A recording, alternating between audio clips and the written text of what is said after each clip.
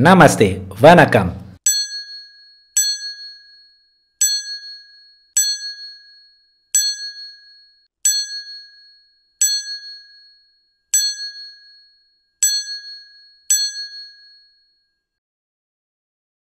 Halo Movie Rangers, apa kabar kalian semua? Semoga kalian selalu diberikan kemudahan dalam mencari rezeki. Jangan lupa subscribe Let's Talk Movie dan follow Instagram kita ya.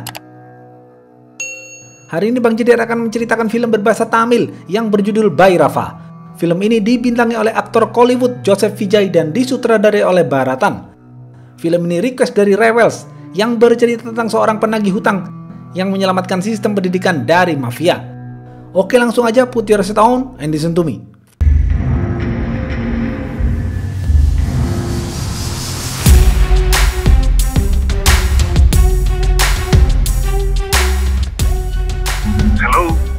Pemeran-pemeran film ini antara lain, Bhairava adalah pegawai bank, Mala dan Sally adalah mahasiswi kedokteran, Pike adalah mafia yang memiliki banyak sektor bisnis, Viran adalah tangan kanan Pike.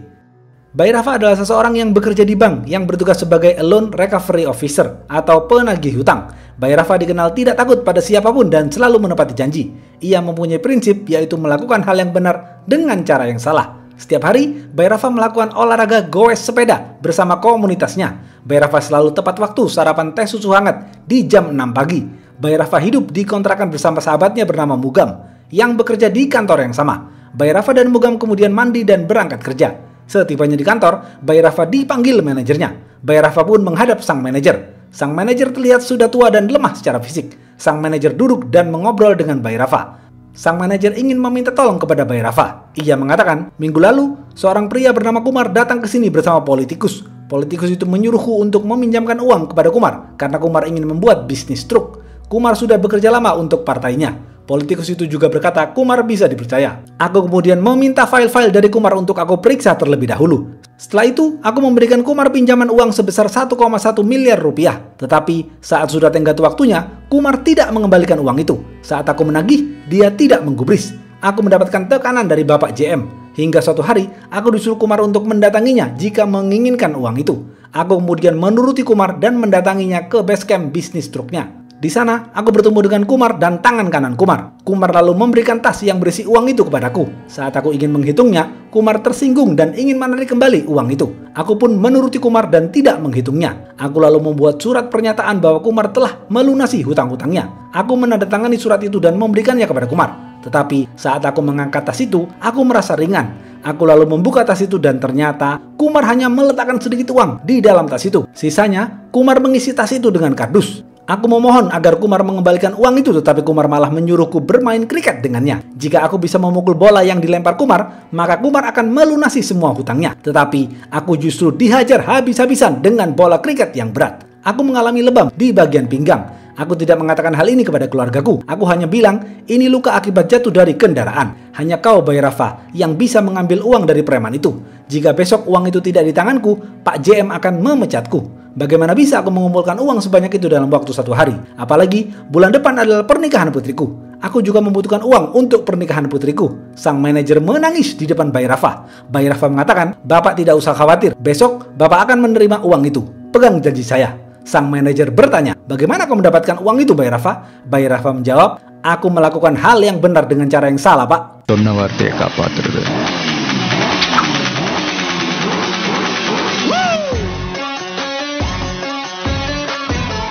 Bhairava menggunakan motornya langsung pergi ke base camp truk milik Kumar. Bhairava tanpa basa-basi mengatakan, kembalikan uang yang diminta manajerku dan jangan membuatku emosi. Bhairava lalu membuka lengan bajunya, tanda ia akan bertarung. Bhairava lalu memanggil tangan kanan Kumar untuk memegang tasnya. Tangan kanan Kumar ketakutan karena di dalam tas Bhairava terdapat granat. Kumar lalu menyuruh anak buahnya untuk menutup pintu gerbang dan bersiap menghajar Bhairava. Tetapi sang anak buah yang sudah berdarah giginya karena dihajar Bhairava mengatakan, Bos, orang ini sendiri yang menutup pintu gerbangnya, Bos. Bhairava mengatakan, aku dengar kau katanya bermain kriket terlebih dahulu, baru melunasi hutang. Kalau begitu, mari kita bermain kriket. Kumar menerima tantangan Bhairava. Permainan pun dimulai. Saat Kumar melempar bola pertama kali, Bhairava memukul bolanya dan mengarahkan ke anak buah Kumar. Anak buah Kumar kesakitan. Bola kedua dilempar Kumar. Bayi Rafa memukulnya dan mengarahkan ke lubang pipis anak buah Kumar. Anak buah Kumar mengerang kesakitan. Bola ketika dilempar, Bayi Rafa memukulnya ke wajah anak buah Kumar sampai giginya copot keluar. Tiba-tiba dari belakang, anak buah Kumar ingin memukul Bayi Rafa dengan besi. Bayi Rafa berbalik dan langsung memukul balik dengan tongkat kriket. Anak buah Kumar jatuh tersungkur. Bayi Rafa kemudian memukul bola kriket yang melayang tepat ke arah kepala Kumar.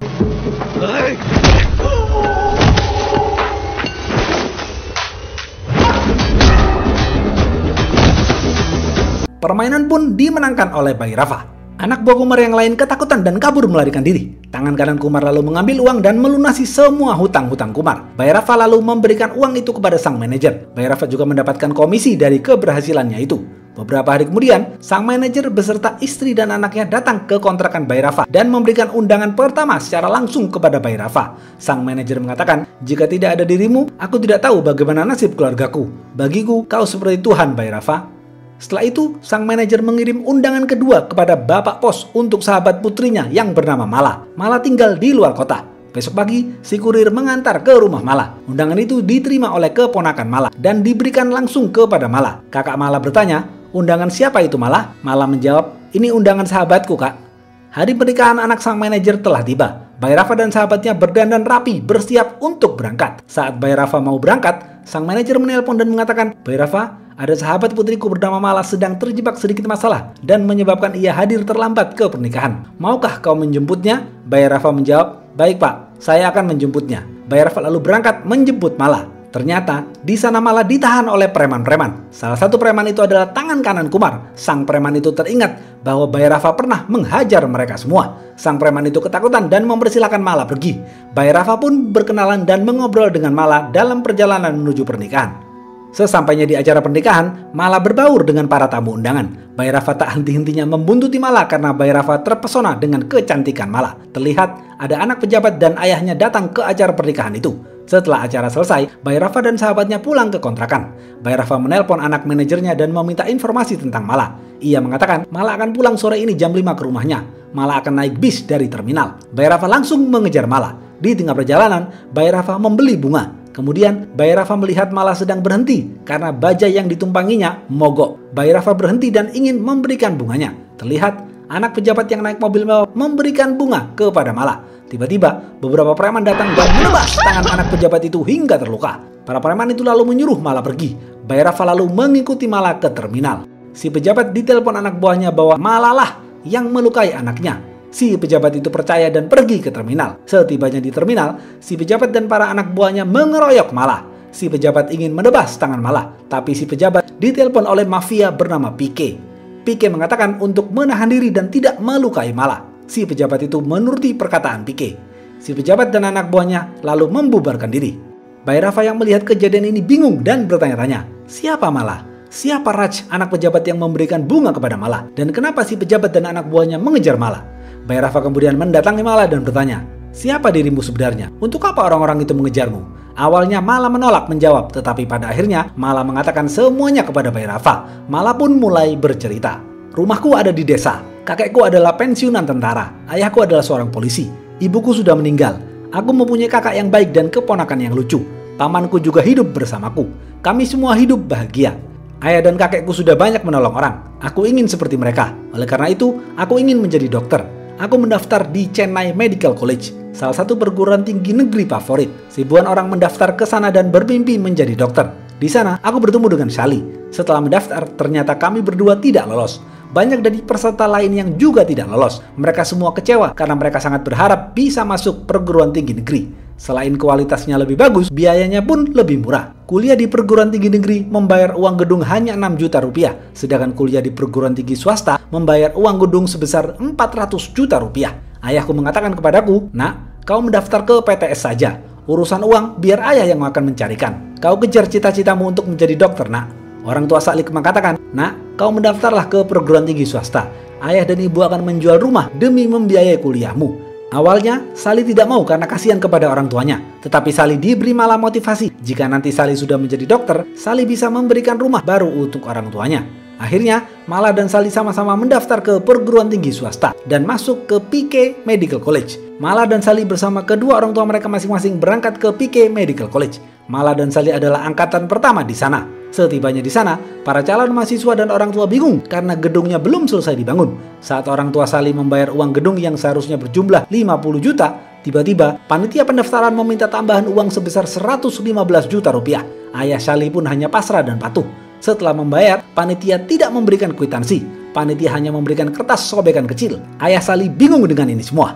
Bahkan asrama mahasiswa pun belum jadi. Kami semua pergi ke bangsal rawat jalan. Di sana, PK Medical College tidak mempunyai standar peralatan untuk pasien. Ruangan perkuliahan pun juga belum selesai dibangun. Para orang tua bingung dengan keadaan ini semua. Akhirnya, aku mencoba mencari tahu siapa pemilik PK Medical College. Pemiliknya adalah PK. Dia awalnya adalah tukang daging. Dia juga sebagai ketua para preman. Suatu hari, dia membunuh gubernur Tamil Nadu di siang bolong. Harborல பட்ட பகல்ல ஒரு மினிஸ்டரியை வெட்டி கொன்னான்.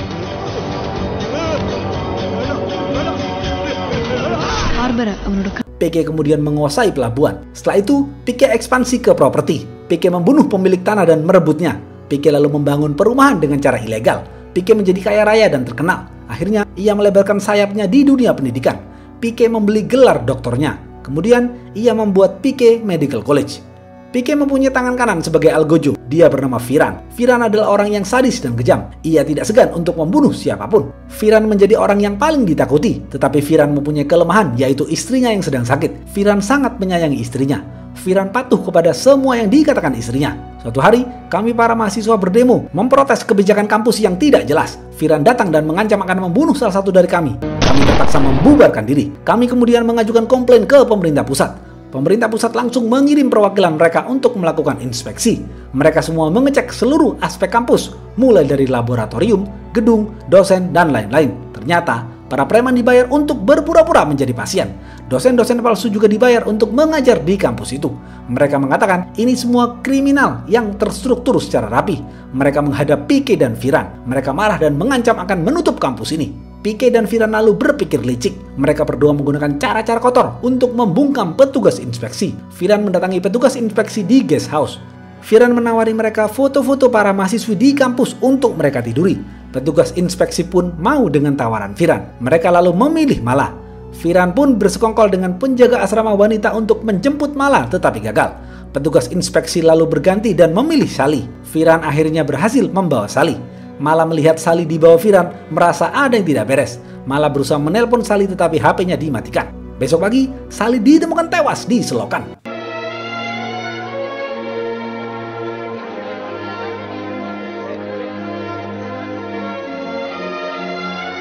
Kedua orang tua Sally menangis sedih melihat putri satu-satunya mereka tewas mengenaskan. PK lalu merubah laporan otopsi dengan membayar dokter forensik. PK dan petugas asrama wanita melakukan konferensi pers dan menuduh Sally dengan tuduhan yang menyakitkan. Sally dituduh sering mabuk dan pergi di malam hari. Orang tua Sally semakin sedih mendengar tuduhan-tuduhan itu. Mala tidak tinggal diam. Mala kemudian membuat FIR dan menggugat PK ke pengadilan. Ayah Mala mendukung penuh upaya Mala. Sidang pertama pun dimulai. Hakim meminta kepada Mala untuk membawa bukti-bukti yang kuat. Sang ayah mulai melakukan investigasi. Sang ayah pergi ke kampus dan bertanya kepada para mahasiswi untuk mencari bukti pemerkosaan dan pembunuhan terhadap Sally. Malam hari, ayah Mala sedang naik motor pulang ke rumahnya. Di tengah perjalanan, sang ayah ditabrak truk milik Viran hingga tewas.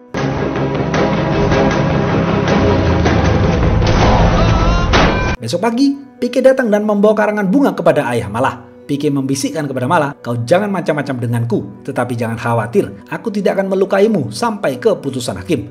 Mala sadar bahwa ayahnya dibunuh oleh PK. PK lalu menggunakan pengaruhnya untuk mematikan suplai air dan listrik ke rumah Mala. Bahkan, para dosen di kampus juga mempermalukan Mala. Raj, anak pejabat yang datang ke pernikahan, adalah temannya Mala. Dialah satu-satunya yang bisa Mala andalkan. Raj bekerja di National Informatics Center yang bisa melacak rekaman CCTV di guest house. Rekaman CCTV itu sebagai bukti kuat Sally pernah bertemu dengan Viran dan petugas inspeksi. Raj menyimpan rekaman CCTV, email, telepon PK, dan lain-lain dalam sebuah flash disk. Raj menyembunyikan flash disk itu di dalam bunga lalu memberikannya kepadaku. Tetapi anak buah PK mengetahui hal itu dan langsung menebas tangan Raj. Aku bingung harus bagaimana lagi mencari bukti, sementara sidang kedua akan dimulai dalam waktu dekat. Pike sudah menyadap handphoneku. Aku sudah menceritakan semuanya kepadamu. Sebaiknya kau sekarang pergi dan jangan mengikutiku lagi, karena kalau tidak, Pike dan anak buahnya akan melukaimu. Setelah mendengar semua cerita Mala, Bay Rafa pun pergi meninggalkan Mala. Tetapi Bay Rafa tidak pulang ke kontrakan. Bay Rafa mengambil bunga di motor dan memberikannya kepada Mala. Bay Rafa kemudian menghadang anak buah Pike. Bay Rafa meluapkan amarahnya kepada mereka semua. Bay Rafa menghajar mereka satu persatu.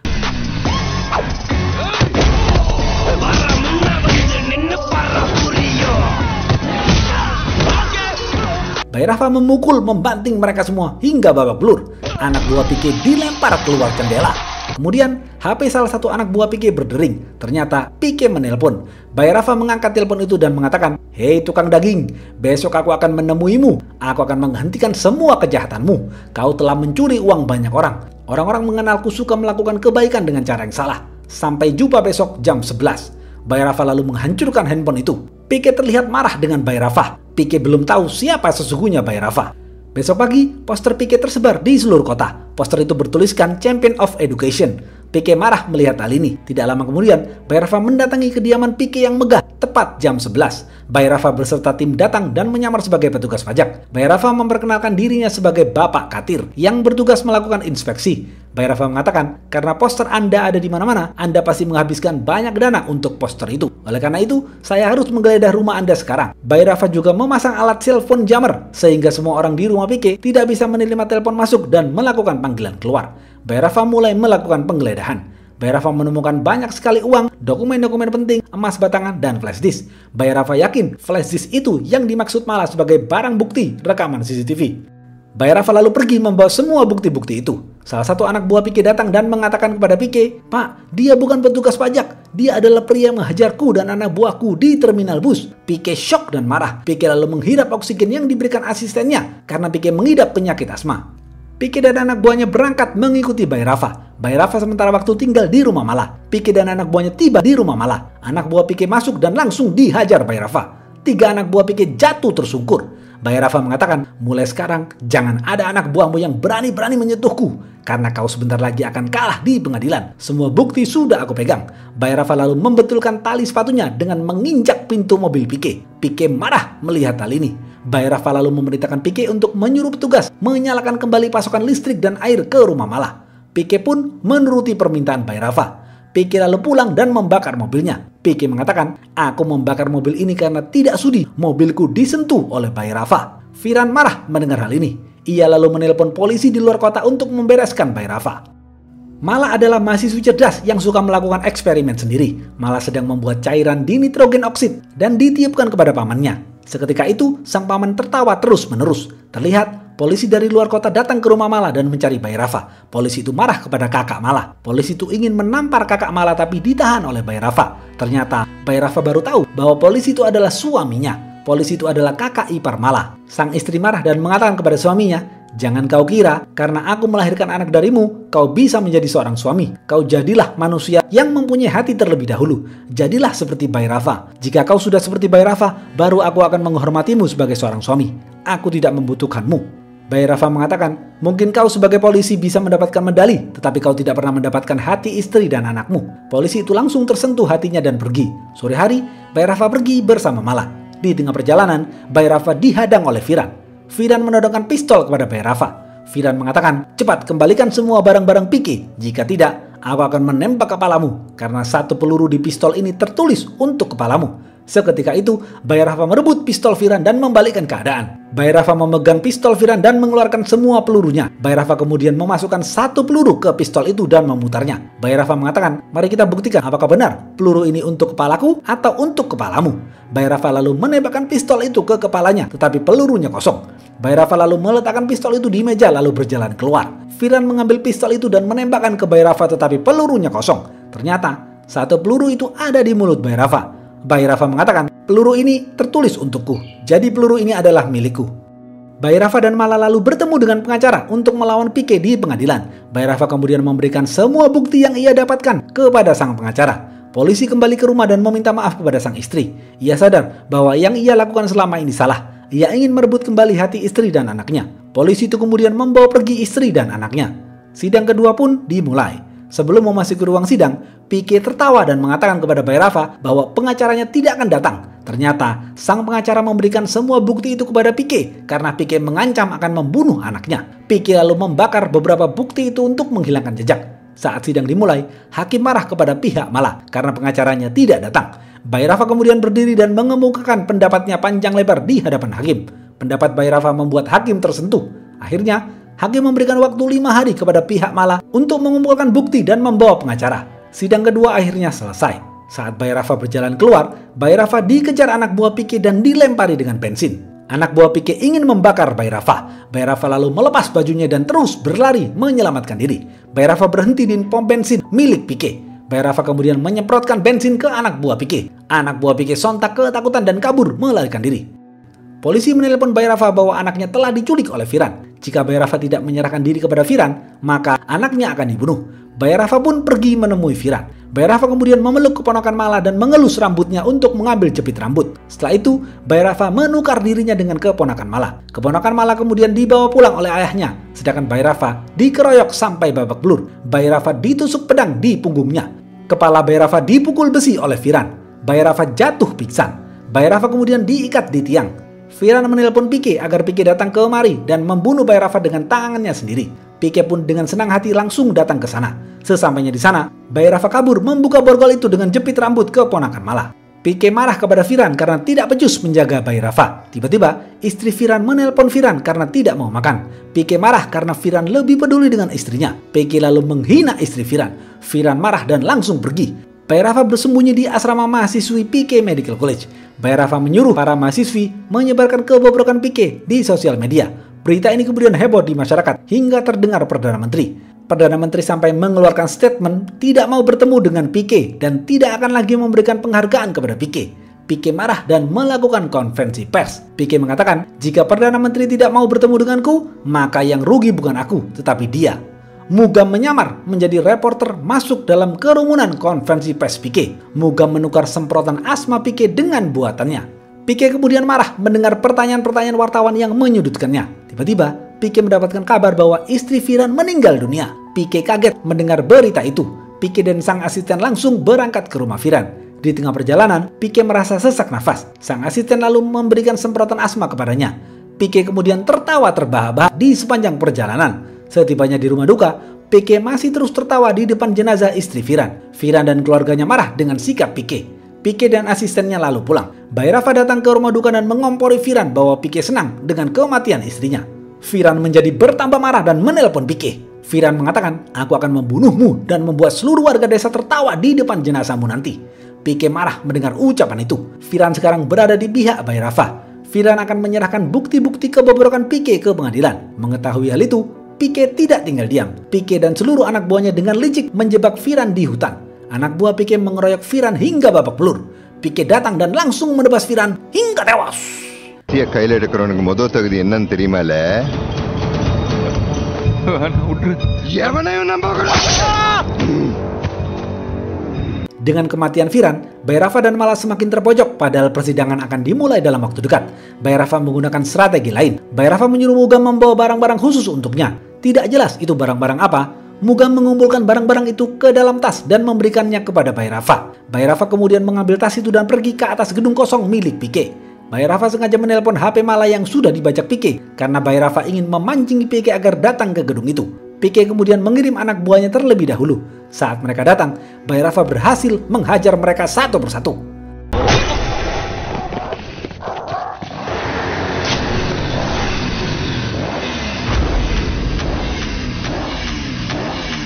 Bay Rafa menendang, menebas dan menggantung seluruh anak buah Pique hingga tewas.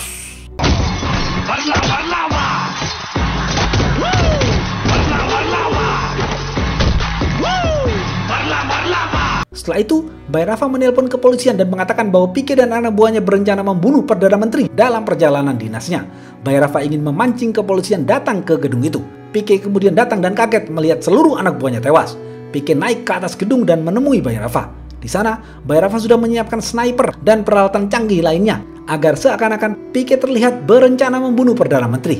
Bay Rafa kemudian kabur dan bersembunyi. Beberapa menit kemudian, Densus 88 datang. Densus 88 naik dan menodongkan senjatanya kepada Pique. Pique tidak bisa berkutik. Pique mengatakan, "Saya dijebak pak, pelakunya adalah Bay Rafa. Dia sedang kabur melarikan diri." Densus 88 tidak menggubris dan langsung membawa Pique. Ternyata Pique baru sadar Bay Rafa menyamar menjadi salah satu anggota Densus 88. Pique marah dan merebut pistol untuk menembak Bay Rafa. Densus 88 langsung memberondong peluru kepada Pique hingga tewas.